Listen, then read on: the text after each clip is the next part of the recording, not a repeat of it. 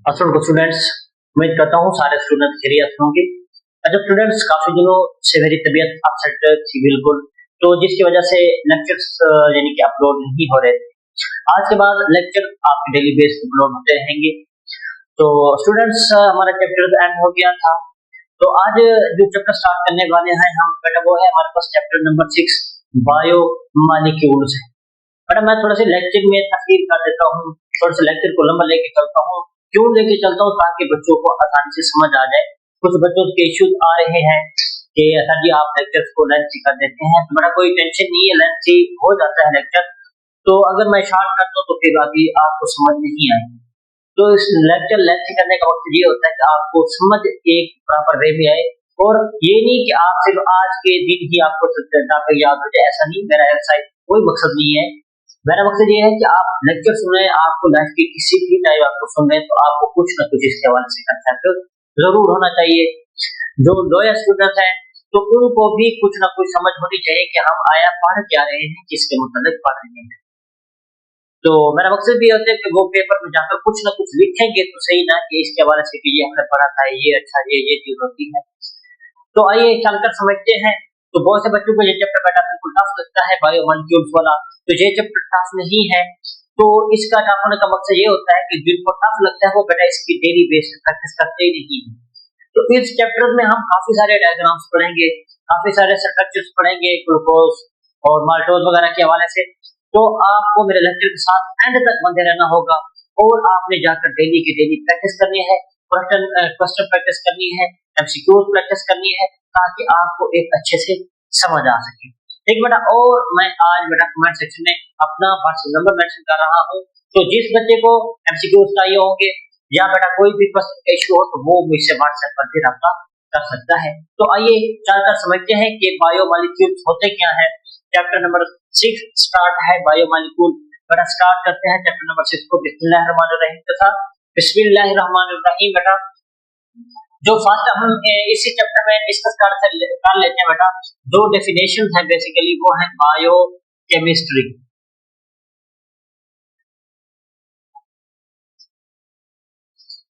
कौन सी डेफिनेशन है बेटा? बायो केमिस्ट्री है। अच्छा बेटा, हमारे पास बायो पहले पढ़ चुके हैं। बायो में क्या होता है? लाइफ। किसकी लाइफ होता है बेटा? लिविंग ऑर्गेनिजम्स की लाइफ। किसकी लाइफ होती है? लिविंग ऑर्गेनिजम्स की लाइफ होती है। इसी तरह बेटा आगे हमारे पास आ जाता है केमिस्ट्री। केमिस्ट्री सारों को पता है किससे है, किसके रिलेटेड होगा बेटा? केमिकल प्रोसेसेस के रिलेटेड होगा, केमिकल रिएक्शन के रिलेटेड होगा। समझ आ गई बेटा? अच्छा, अब इसके अगर डेफिनेशन देखना चाहें तो क्या पड़ेगी कि ये बेटा ब्रांच ऑफ बायोलॉजी है। ब्रांच ऑफ बायोलॉजी, ये बायोलॉजी की वो ब्रांच है जिसमें हम क्या स्टडी करते हैं? इन विच वी स्टडी, किसकी स्टडी करते हैं बेटा? केमिकल प्रोसेसेस, केमिकल प्रोसेसेस जो किसके अंडर होते हैं बेटा? विच अकर, जो होते हैं किसके अंदर बेटा? इन लिविंग ऑर्गेनिजम्स। किसके अंदर होते हैं बेटा? लिविंग ऑर्गेनिजम्स के अंदर होते हैं। बायोलॉजी की वो ब्रांच जिसमें हम केमिकल प्रोसेसेस स्टडी करते हैं, किसके अंदर? जो किसमें पाए जाते हैं? लिविंग ऑर्गेनिजम्स के अंदर पाए जाते हैं। वो केमिकल प्रोसेसेस क्या होते हैं? फोटोसिंथेसिस हो गया, ये केमिकल प्रोसेस है। उसके बाद हमारे पास हो गया रेस्पिरेशन। ये जो बेटा दो मेन है हमारे पास रिएक्शन, केमिकल प्रोसेसेस है, केमिकल रिएक्शन है जो किसमें अक्कर हो रहे होते हैं? लिविंग ऑर्गेनिज्म में अक्कर हो रहे होते हैं। उनकी स्टडी का नाम होता है बायोकेमिस्ट्री। उनकी स्टडी का नाम क्या होता है? बायोकेमिस्ट्री होता है। बेटा ये डेफिनेशन क्लियर होगी। इसके बाद अगली डेफिनेशन पे चलते हैं, which is called molecular biology. Molecular biology.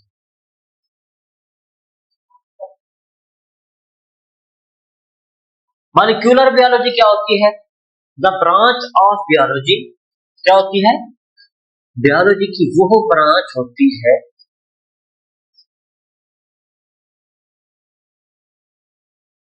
ठीक है बेटा, जैसा कि बायोलॉजी बायोलॉजी, बायो में लाइफ, लॉजी में स्टडी, मॉलिक्यूलर में मॉलिक्यूल की study.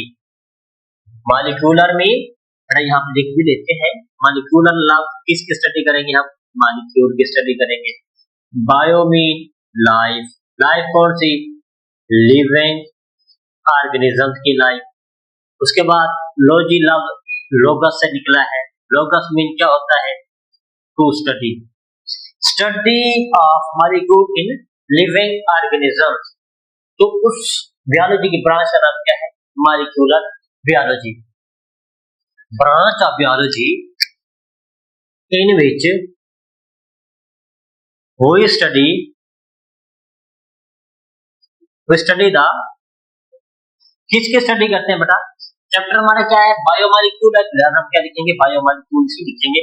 We study the structure, उसके स्ट्रक्चर कैसा होता है, एंड फंक्शन, और वो फंक्शन कौन कौन से परफॉर्म करते हैं। Study the structure and the function of किसकी बेटा? अभी मैंने बताया बेटा, चैप्टर का नाम है बायोमॉलिक्यूल्स, तो क्या लिखेंगे बेटा? बायोमॉलिक्यूल्स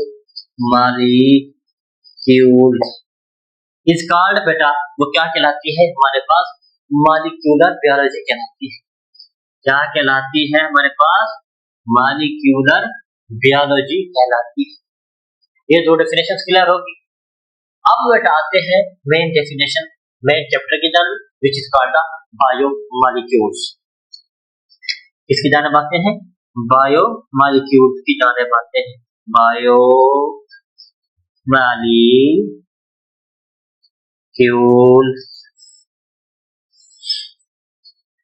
ठीक है बेटा। Bio mean living organism, molecule molecule ऐसे मॉलिक्यूल जो किसमें मौजूद हो? लिविंग ऑर्गेनिज्म में मौजूद हो, उसे क्या बोलते हैं? बायोमॉलिक्यूल होते हैं। ये तो सिंपल बेटा, इसकी हमने देख के डेफिनेशन बता सकते हैं, लेकिन इसकी प्रॉपर डेफिनेशन देखते हैं कि क्या होती है बेटा। द मॉलिक्यूल्स, वो मॉलिक्यूल्स जो क्या करें? विच आर, जो हूं, विच आर प्रोड्यूस्ड, पैदा किए जाएं, by, produced by living organisms, living organisms, ठीक है मेरे बच्चों। वो मॉलिक्यूल जो लिविंग ऑर्गेनिजम्स के जरिए पैदा किए जाए, या लिविंग ऑर्गेनिज्म अपने अंदर पैदा करते हैं, उसको हम कहते हैं बायोमॉलिक्यूल। उसको क्या नाम देते हैं हम? Biomolecules. The molecule which are produced by the living organisms, जो लिविंग ऑर्गेनिज्म प्रोड्यूस करते हैं बायोमॉलिक्यूल, यानी कि जो मॉलिक्यूल्स प्रोड्यूस करते हैं उसको नाम देते हैं बायोमॉलिक्यूल। चार बड़े बायोमॉलिक्यूल्स हैं, वन बाय वन देखते हैं। पहला हो गया बेटा हमारे पास कार्बोहाइड्रेट्स, ले लेते हैं, कार्बोहाइड्रेट्स हो गया। दूसरे नंबर पे हम ले लेते हैं किसको बेटा? लिपिड्स को ले लेते हैं। तीसरे नंबर पे हम ले लेते हैं प्रोटीन को। चौथे नंबर पे बेटा हम लेते हैं बेटा न्यूक्लिक एसिड, इसको ले लेते हैं न्यूक्लिक एसिड। ये बड़ा चार पड़े हैं, carbohydrates, lipids, protein, nucleic acid. Carbohydrates, lipid, protein, nucleic acids. अच्छा बेटा, न्यूक्लिक एसिड में हमारे दो चीजें आ जाती हैं, पहले भी पढ़ चुके हैं, डीएनए और आरएनए, दोनों आ जाते हैं किसमें बेटा? हमारे न्यूक्लिक एसिड में आ जाते हैं। ये बात क्लियर होगी बेटा। अब कुछ बायोमॉलिक्यूल्स को दो टाइप्स में डिवाइड किया गया है। कुछ ऐसे मॉलिक्यूल्स होते हैं जिनका मॉलिक्यूलर वेट हाई होता है, उसको बोलते हैं मैक्रोमॉलिक्यूल, और जिनका मॉलिक्यूलर वेट कम होता है उसको क्या बोलते हैं बेटा? माइक्रोमॉलिक्यूल्स।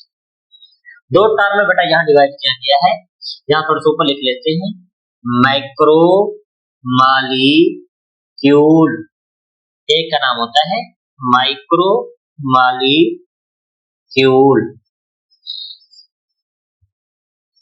Micro molecule and micro molecule. ये बेटा क्या होते हैं? दे हैव लार्ज साइज, इनका साइज क्या होता है? लार्ज होता है। क्यों लार्ज होता है? Because they have high molecular weight, इनका मालिक्यूलर वेट क्या होता है? हाई होता है। ये क्या होते हैं? They are small in size, ये साइज में स्मॉल होते हैं। उसके बाद दे हैव लो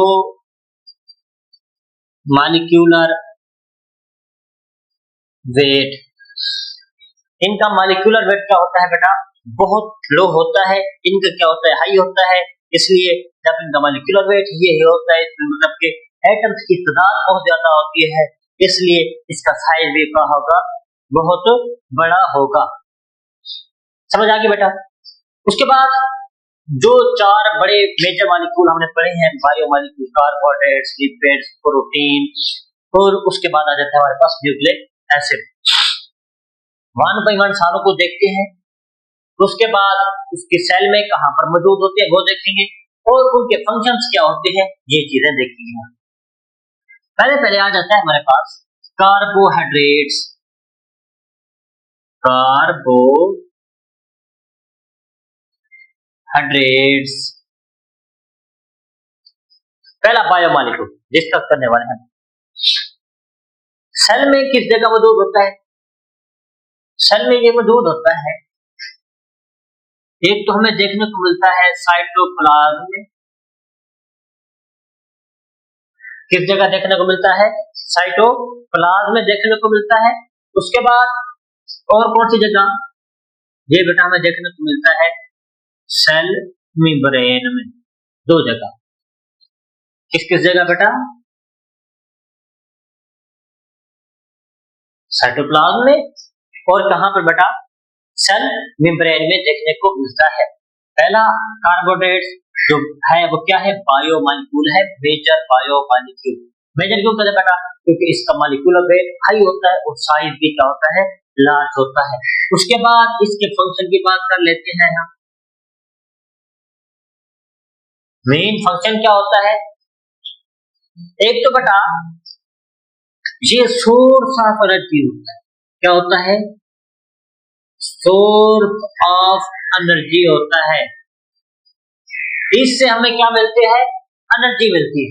जैसे ही हम कार्बोहाइड्रेट मिलती है, हमें एनर्जी मिलती है, हम चलने के काबिल हो जाते हैं, ठीक है, और अपना फंक्शन परफॉर्म करते हैं बाकी। दूसरे नंबर पे ये क्या करता है? एक्ट, कैसा एक्ट करता है? स्टोरेज ऑफ एनर्जी, ये एनर्जी को स्टोर भी करता है। ये नहीं कि सिर्फ हमें सोर्स देता है, एनर्जी प्रोवाइड करते हैं, ये भी नहीं, बल्कि ये एनर्जी को स्टोर भी करता है। अगर हम एनर्जी की जरूरत नहीं है तो ये स्टोर होगी कार्बोहाइड्रेट्स की शक्ल में हमारी बॉडी में। फिर जब हमें जरूरत होगी तो यही क्या करेगा? बॉडी हमारा कार्बोहाइड्रेट्स को इस्तेमाल करके हमें क्या देगा? एनर्जी प्रोवाइड करेगा। उसके बाद आ जाता है हमारे पास बायोमॉलिक्यूल, प्रोटीन आ जाता है। क्या आ जाता है? प्रोटीन। मोस्ट इम्पॉर्टेंट बेटा हमारे पास क्या आ जाता है? प्रोटीन। अच्छा, प्रोटीन आप कहां कहां मौजूद होता है ये हम आज देखने वाले हैं कि ये हमारे पास किस किस जगह मौजूद होता है। ये हमारे पास मौजूद होगा सेल मेम्ब्रेन में, हमें देखने को मिलता है। दूसरे नंबर पर ये हमें साइटोप्लाज्म में देखने को मिलता है। तीसरे नंबर पर ये हमें एंडोप्लाज्मिक रेटिकुलम में, एंडोप्लाज्मिक रेटिकुलम में। उसके बाद हमें कहां पे देखने को मिलता है बेटा? ये हमें देखने को मिलता है गाल्जी अपरेटस में।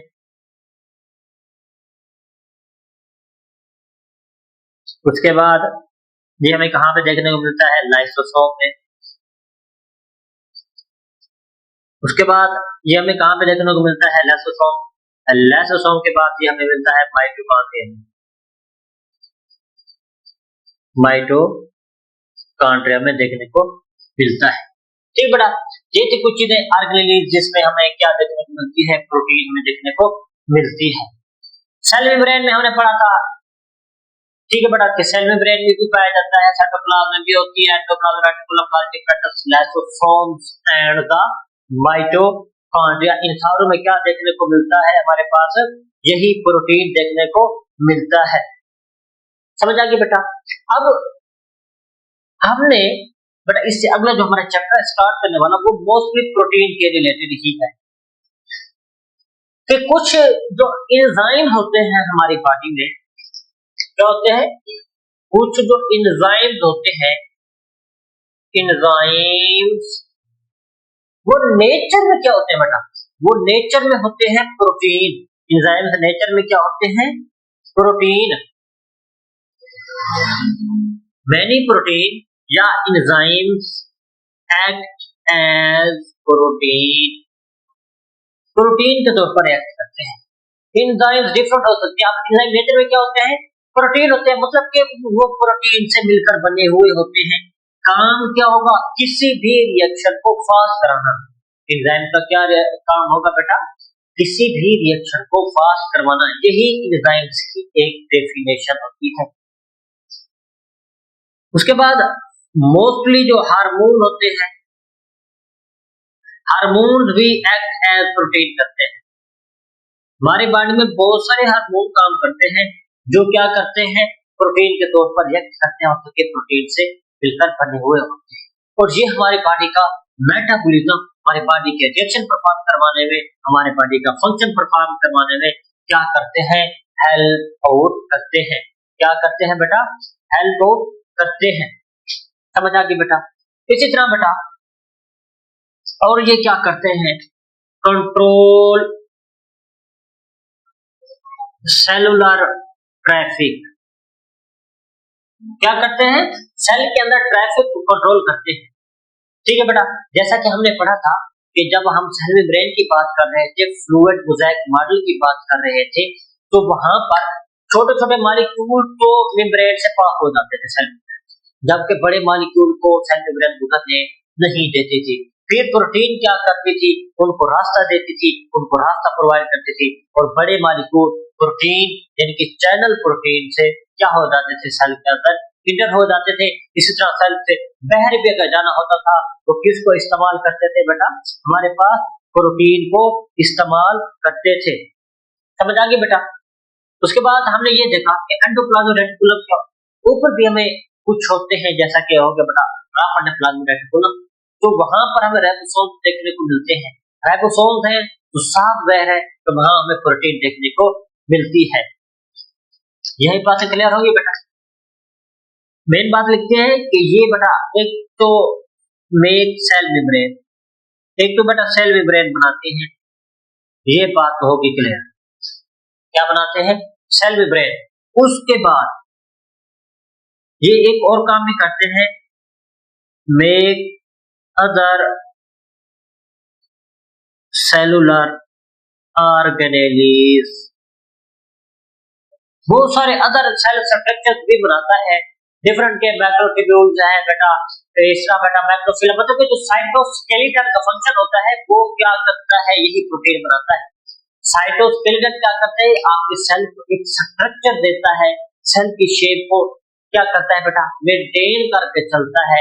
तो वजह क्या है, प्रोटीन। वजह क्या है, प्रोटीन्स हैं, जिसकी वजह से क्या कर रहा है हमारा सेल स्टेबल है। मतलब कि वो अदर सेलुलर स्ट्रक्चर बनाने में भी हेल्प करता है। सेल मेम्ब्रेन भी बनाता है प्रोटीन, उससे सेल के अंदर ट्रैफिक को भी कंट्रोल कर रही है। कुछ हार्मोन है जो प्रोटीन के तौर पर भी रिएक्ट करते हैं, कुछ एंजाइम्स है जो क्या करते हैं, एक्ट एज ए प्रोटीन के तौर पर भी रिएक्ट करते हैं, जिसकी वजह से हमारी बॉडी क्या हो रही है बेटा, स्टेबल हो रही है, स्टेबल होती भी है। उसके बाद आ जाती है हमारे पास थर्ड, वो क्या आ जाता है, थर्ड हमारे पास आ जाता है लिपिड। क्या आ जाते हैं, कार्बोहाइड्रेट, प्रोटीन। तीसरे नंबर पे क्या आ जाता है, लिपिड।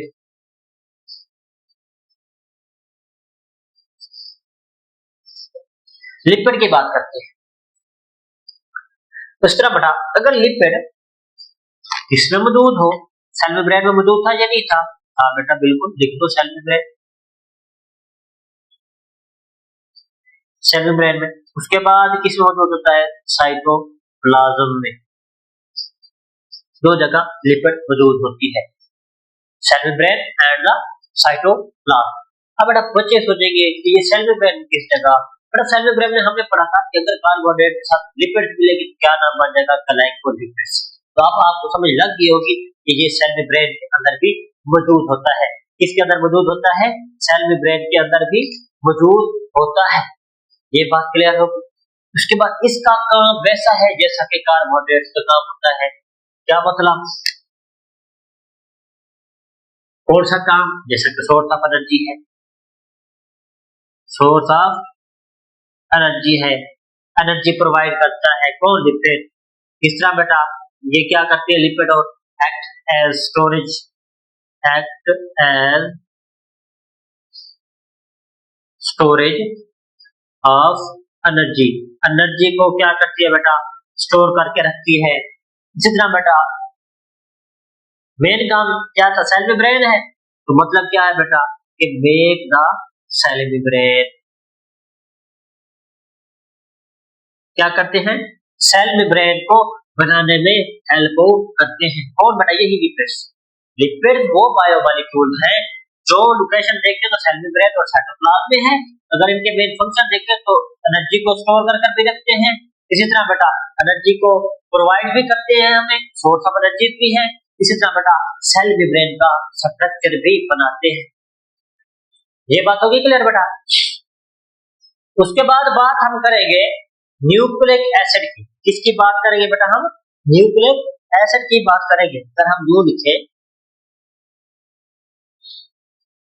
न्यूक्लिक एसिड्स, ठीक है बेटा। न्यूक्लिक एसिड में हमने दो बातें पढ़ी, डीएनए और आरएनए पढ़ा। तो पहले किसको देखने वाले हैं हम? डीएनए। डीएनए क्या होता है? Deoxy ribo nucleic acid. Deoxy ribo nucleic acid, deoxy ribo nucleic acid. ठीक है बेटा, मैं बार बार रिपीट कर रहा हूं ताकि आपको याद होता रहे। लोकेशन बेटा देखें इसकी तो हमें कहां कहां देखने को मिलता है। ये डिफरेंट ऑर्गेनेलिज में भी मौजूद होता है। सबसे इसका जो मेन रीजन है वो हमें कहां देखने को मिलता है? ये हमें देखने को मिलेगा न्यूक्लियस। किस जगह बेटा? न्यूक्लियस में। न्यूक्लियस किसमें मौजूद होता है बेटा? हमेशा से यूकैरियोट्स में मौजूद होता है, यूकैरियोट्स में। डीएनए किस जगह मौजूद होता है? यूकैरियोट्स के न्यूक्लियस में मौजूद होता है। इस तरह जेनेटिक मटेरियल मतलब कि डीएनए प्रोकैरियोट्स में भी मौजूद होता है, जबकि प्रोकैरियोट्स में कोई प्रोमिनेंट वाज़ेह न्यूक्लियस मौजूद तो होता नहीं है। लिहाजा किस जगह मौजूद होगा? ये न्यूक्लियाइड रीजन, न्यूक्लियाइड रीजन किस जगह मौजूद होगा? Nucleoid region. किसमें मतलब? प्रोकैरियोट्स में, प्रोकैरियोट्स में न्यूक्लियड रीजन में ये मौजूद होता है। इस तरह ये कुछ ऑर्गेनेलिज में भी मौजूद होता है, जैसा कि माइटोकॉन्ड्रिया, उसका अपना डीएनए होता है, इसलिए ये खुद रीजनरेट भी करता है। इसी तरह क्लोरोप्लास्ट, ठीक है बेटा, इसको सेल्फ ऑर्गेनेलिज भी कहा जाता है। माइटोकॉन्ड्रिया और क्या है बेटा? क्लोरोप्लास्ट में ये हमें क्या देखने को मिलता है? न्यूक्लियस। यूकैरियोट्स में चले तो लोकेशन की बात करें तो उसके न्यूक्लियस में होता है। प्रोकैरियोट्स में देखो तो उसका कोई न्यूक्लियस होता नहीं है। कहां पर मौजूद होगा? न्यूक्लियाइड रीजन में मौजूद होगा। इसी तरह बेटा ये हमें कहां पे देखने को मिलता है? माइटोकॉन्ड्रिया में देखने को मिलता है। इसी तरह बेटा ये हमें क्लोरोप्लास्ट में भी देखने को मिलता है। काम की बात करें तो सारों को पता है इसका काम क्या होगा। इसका काम अगर देखें, ये बेटा कैरी करता है, carries the genetic information, genetic information genetic information को कौन कंट्रोल करता है? यही डीएनए कैरी करता है, कंट्रोल भी करता है। इसी तरह बेटा अगर आगे चले जाए कि ये कौन सा काम करता है, जैसे ही जेनेटिक इंफॉर्मेशन लेके आता है तो ये हमारी बॉडी की दरअसल क्या करवाता है? डेवलपमेंट करवाने में हेल्प करता है, हमारे बॉडी के फंक्शनिंग में हेल्प करता है। इसी तरह ये हमारी बॉडी की करैक्टरिस्टिक्स को क्या करता है बेटा? कंट्रोल करता है। डीएनए क्या क्या करता है?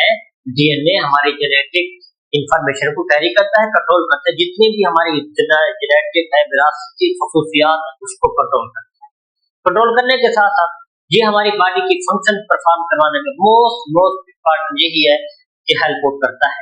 इसी तरह बेटा ये हमारी बॉडी की ग्रोथ में हेल्प करता है। इसी तरह ये हमारे करैक्टरिस्टिक खसूसियात को कंट्रोल करने में भी हेल्प करता है। जैसे कि हमारे बालों का कलर, आंखों का कलर अपने वालिदैन से किसी से मिलता है, ठीक है बेटा। तो ये कौन कंट्रोल कर रहा होता है? यही डीएनए कंट्रोल कर रहा होता है। समझ आ गई बेटा? उसके बाद मोस्ट इंपॉर्टेंट आ जाता है हमारे पास next, which is RNA, ribonucleic acid. Ribonucleic acid यहाँ पर लिख दो डीऑक्सी राइबो, एन से बेटा न्यूक्लियर, ए से एसिड, आर से बेटा राइबो, एन से बेटा न्यूक्लियर, ए से भी एसिड। समझ आ गया बेटा? बेटा यहाँ पर डीऑक्सी मतलब कि इसके पास एक ऑक्सीजन कम होगी, इसके बाद पूरी होगी। समझ आ गई? इसलिए इसको बोलते हैं डीऑक्सी। अच्छा बेटा उसके बाद अगर बात करें कि ये मौजूद कहाँ कहाँ होता है आरएनए, तो आरएनए हमें देखने को मिलता है किस जगह बेटा? आरएनए हमें देखने को मिलता है राइबोसोम। आरएनए किस जगह देखने को मिलता है? राइबोसोम में देखने को मिलता है। इसी तरह ये किस जगह? न्यूक्लियस में देखने को मिलता है। इसी तरह बेटा ये किस जगह? साइटोप्लाज्म में देखने को मिलता है। अगर लोकेशन की बात की जाए, लोकेशन की बात की जाए तो आरएनए किस जगह में देखने को मिलता है? राइबोसोम, न्यूक्लियस, साइटोप्लाज्म में देखने को मिलता है। इसी तरह बेटा अगर इसके काम की बात की जाए, किसकी बात की जाए? काम की बात की जाए तो ये हमें क्या क्या चीज हमारी बनवाने में हेल्प करेगा? ये करता है बेटा इंफॉर्मेशन को कैरी करता है, कहां से कहां तक? डीएनए फ्रॉम बेटा ये डीएनए टू डीएनए, न्यूक्लियस के डीएनए से पैगाम कहां तक लेके जाता है? टू बेटा राइबोसोम, राइबोसोम की फॉर्मेशन तक लेके जाता है। डीएनए से पैगाम लिया तो वो उधर क्या बेटा राइबोसोमल आरएनए से। बेटा ये मैं आपको ऑलरेडी पढ़ा चुका हूँ, इसलिए मैं आपको ज्यादा बेटा लेंथ की तफसील में लेके नहीं जाना चाहता कि बेटा ये डीएनए से इंफॉर्मेशन राइबोसोम तक लेके जाएगा। उसके बाद ये क्या करवाएगा बेटा? प्रोटीन सिंथेसिस करवाएगा, प्रोटीन सिंथेसिस करवाएगा। पश्चात प्रोटीन सिंथेसिस में हेल्प करेगा। क्या करेगा? जेनेटिक इंफॉर्मेशन तो ये कैरी करता है डीएनए की तरह, लेकिन ये हेल्प किसको करता है? प्रोटीन सिंथेसिस में हेल्प करता है। ये थे बेटा क्या हमारे पास कुछ बायोमॉलिक्यूल्स, मेजर बायोमॉलिक्यूल्स। अगर बेटा देखें बायोमॉलिक्यूल्स, क्या देखें? बायोमॉलिक्यूल्स बेटा ये 93% ड्राई मास ऑफ प्रोटोप्लाज्म होते हैं। प्रोटोप्लाज्म ड्राई मास।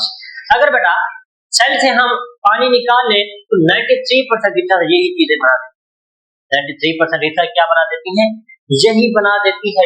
यहाँ पर एक लफ्ज जो हुआ है protoplasm. What is the protoplasm? Protoplasm यहाँ एक लफ्ज यूज हुआ है। अच्छा बेटा न्यूक्लियस के अंदर फ्लूइड मटेरियल मौजूद था जिसका नाम था बेटा हमारे पास न्यूक्लियोप्लाज्म। न्यूक्लियोप्लाज्म बेटा एक फ्लूइड मौजूद था जिसका नाम है न्यूक्लियोप्लाज्म।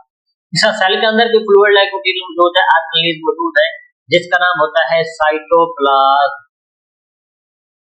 क्या नाम है? साइटोप्लाज्म। दोनों को कलेक्टिवली हम क्या कहते हैं? प्रोटोप्लाज्म।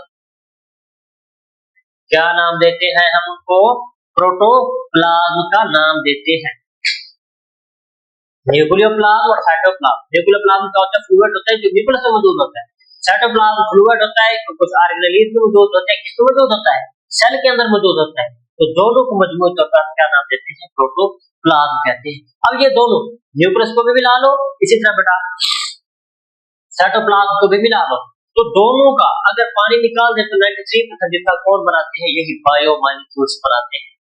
जबकि उसका जो बेटा हमारे पास 7% क्या है? 7% है, वो क्या है? इनऑर्गेनिक मॉलिक्यूल है। इनऑर्गेनिक मॉलिक्यूल है, मैटर्स है। इनऑर्गेनिक मॉलिक्यूल्स या मैटर्स है। उसके बाद इसमें विटामिन वगैरह आ जाते हैं, विटामिन ईटीसी अदर चीजें भी इसमें क्या हो जाती हैं? इन्वॉल्व हो जाती है। यहाँ तक क्लियर हुआ बेटा? उसके बाद इसकी बेटा परसेंटेज देख लेते हैं कि 90% 93% है, तो कैसे है?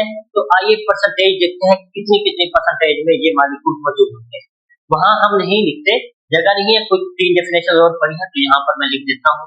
जो कार्बोहाइड्रेट्स होती है, क्या होती है? कार्बोहाइड्रेट्स होती है, वो हमारे पास कितनी होती है? 15%। कार्बोहाइड्रेट्स कितनी होती है? 15%। सबसे ज्यादा जिसकी न्यूट्रिशन भी देखो सबसे ज्यादा, फंक्शन भी सबसे ज्यादा, तो उसकी परसेंटेज भी सबसे ज्यादा 50%। कितनी होती है बेटा? 50% होती है। लिपिड देखो, लोकेशन भी कम, फंक्शन भी थोड़े कम, तो ये कितने परसेंट? 10%। कितनी होती है? 10% होती है। कितनी होती है मेरे बच्चों? 10%। अब डीएनए और आरएनए को मिलाकर दोनों की जो परसेंटेज होती है वो होती है 18%। कितनी होती है? 18%। ठीक है बेटा, मिला लें इसको इसको इसको, मतलब कि कार्बोहाइड्रेट की परसेंटेज, प्रोटीन की, लिपिड की, डीएनए और आरएनए की, तो वो कितनी है बेटा? हमारे पास बनती है 93% की बन जाती है। कितनी बनती है? 93% ही बन जाती है। समझ आ गई बेटा? तीसरा बेटा आगे हम बहुत सारे रिएक्शंस पढ़ेंगे, काफी सारे स्ट्रक्चर भी डिस्कस करेंगे, तो उससे पहले कुछ डेफिनेशन है आपकी बुक में बताई गई है, जैसा कि बेटा मेटाबॉलिक है। क्या है बेटा? मेटाबॉलिक। ठीक है बेटा, अब मेटाबॉलिक प्रोसेस क्या होता है? ये एक डेफिनेशन आ जाती है। मेटाबॉलिक बहुत ज्यादा जब reaction, the set of all chemical reaction which are occur in the living organism is called the metabolic process। क्या बोलते हैं बेटा? Metabolic process. अगर यूं नहीं लिखते तो आप सिंपल लिखते मेटाबॉलिज्म। क्या लिखते? मेटाबॉलिज्म लिखते। क्या डेफिनेशन है बेटा? हमारे पास डेफिनेशन आ जाती है इसकी, क्या बेटा? Set of all chemical reaction, set of all chemical reactions which are occur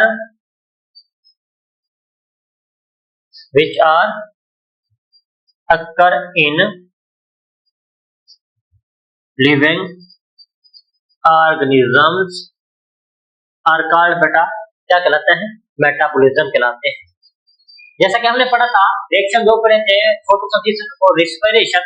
तो सिर्फ ये नहीं कि फोटोसिंथेसिस और रेस्पिरेशन होगी, और जितने भी तरह के रिएक्शन हैं एक ऑर्गेनिज्म की बॉडी में हो रहे हैं, तो तमाम को मिलाकर हम उसको नाम देते हैं मेटाबॉलिज्म।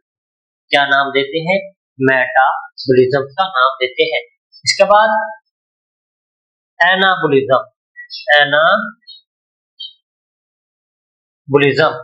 इसमें क्या होता है बेटा? एनाबॉलिज्म एक ऐसा प्रोसेस होता है जिसमें क्या होता है?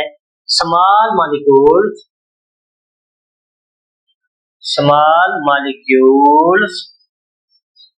कंबाइन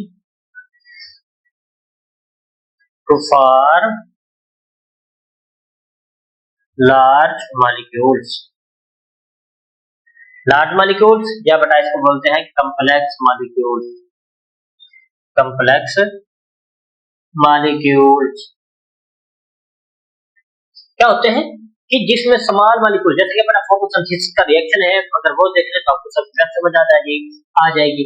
CO2 मिलता है, छोटा सा मॉलिक्यूल है, पानी भी छोटा सा मॉलिक्यूल है, सनलाइट की मौजूदगी, साथ में बेटा क्लोरोफिल, तो एक बड़ा मॉलिक्यूल बना है जिसका नाम क्या है C6H12O6 प्लस O2 प्लस बेटा H2O प्लस एनर्जी।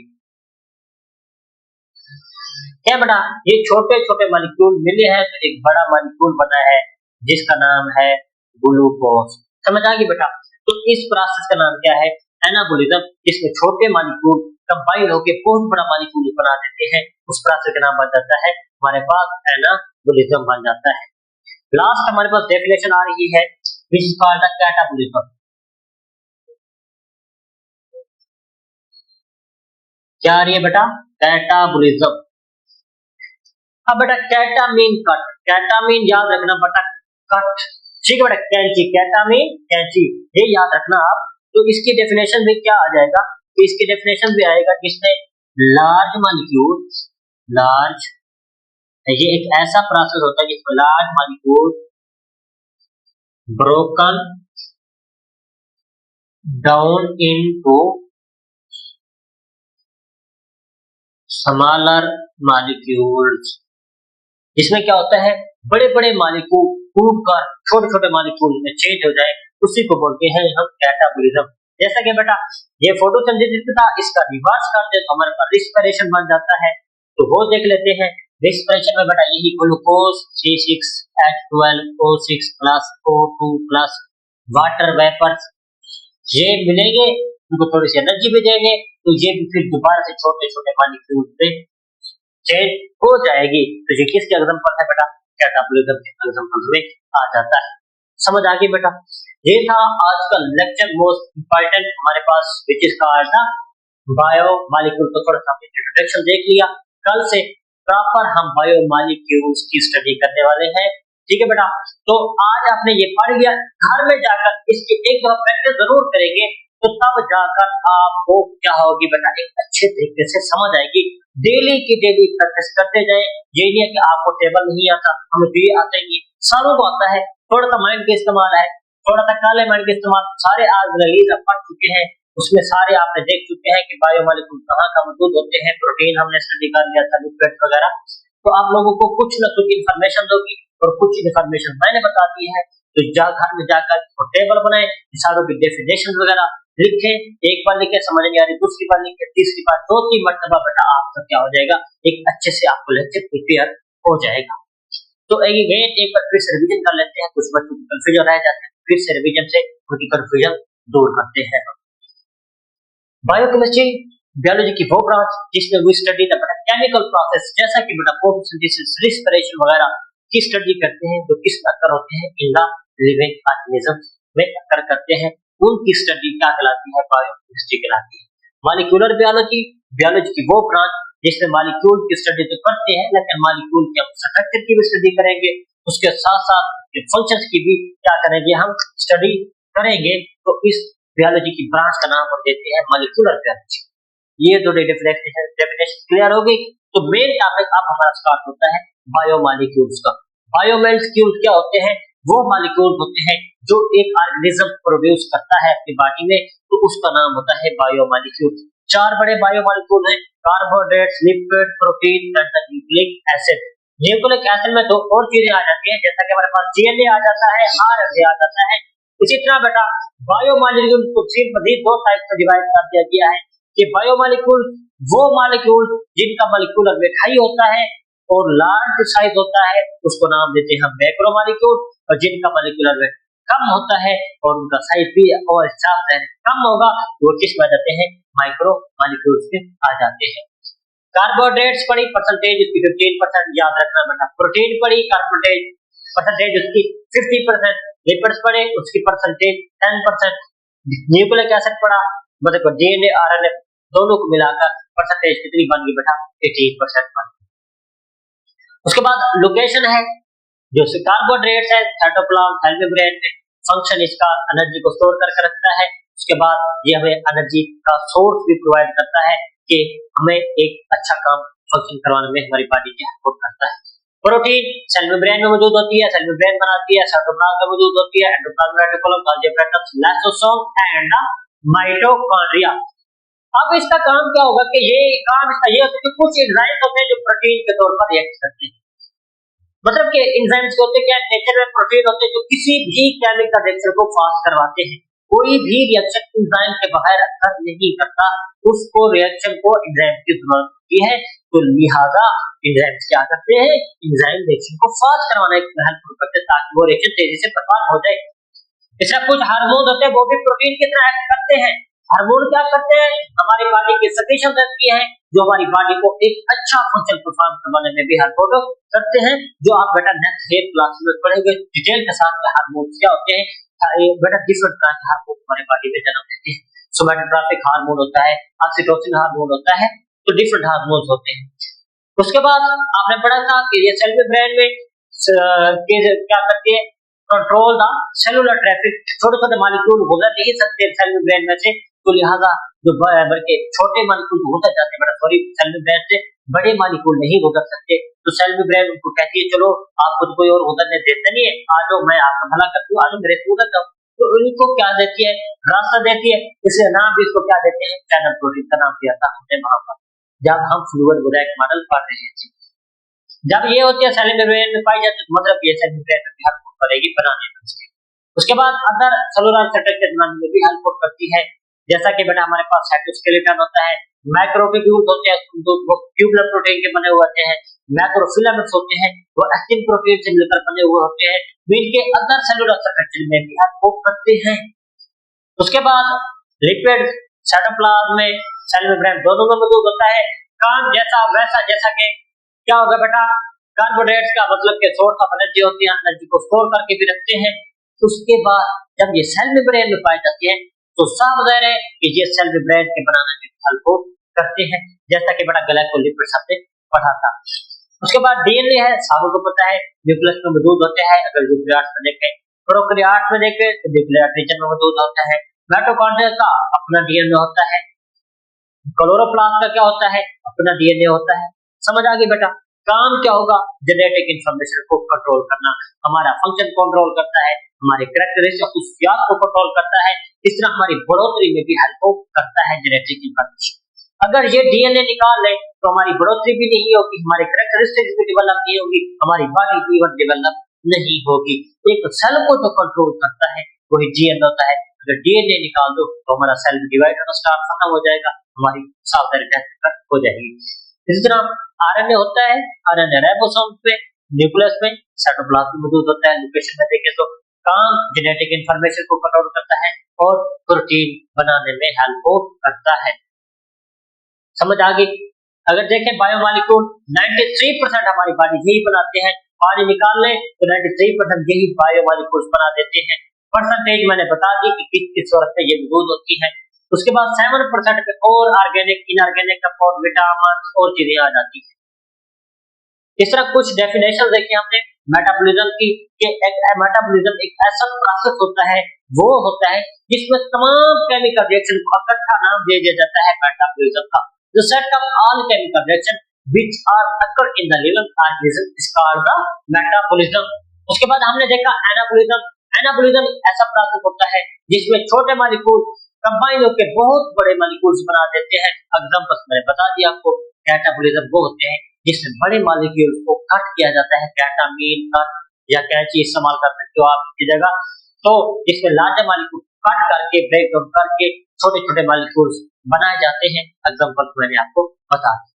ये था बेटा आज का लेक्चर। उम्मीद करता हूँ लेक्चर आपको एक अच्छे और वादे से क्लियर हो गया होगा।